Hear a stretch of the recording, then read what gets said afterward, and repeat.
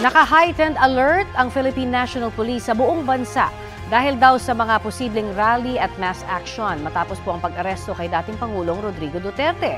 Kahapon, ilang taga-suporta na ng dating Pangulo ang nagtipon sa Villamor Air Base sa Pasay kung saan ilang oras na natili si Duterte.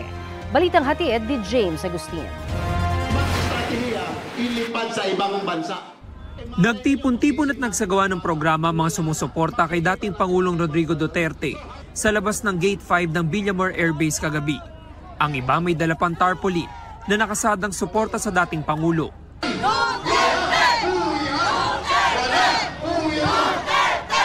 Marami ring mga pulis ang nakatalaga sa lugar. Bago mag-alas 11 kagabi, napatakbo ang mga taga-suporta sa steel fence sa gilid ng Gate 5. Yan ang tagpo ng umusad patungo sa runway, ang eroplanong sakay ang dating Pangulo. Bagyang nagkagulo ng paatrasin ng mga pulis sa mga sumusuporta. At nang tuluyan ang nakalipad ng eroplano, naging emosyonal ang ilang supporters.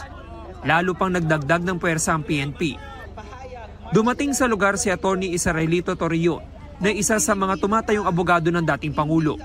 Umaasa sila makakakuha ng Temporary Restraining Order o TRO mula sa Korte Suprema.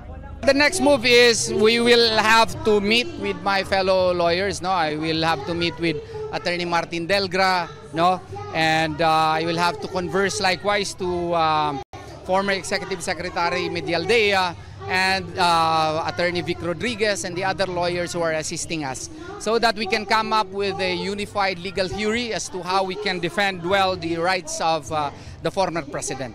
James Agustin, nagbabalita para sa GMA Integrated News.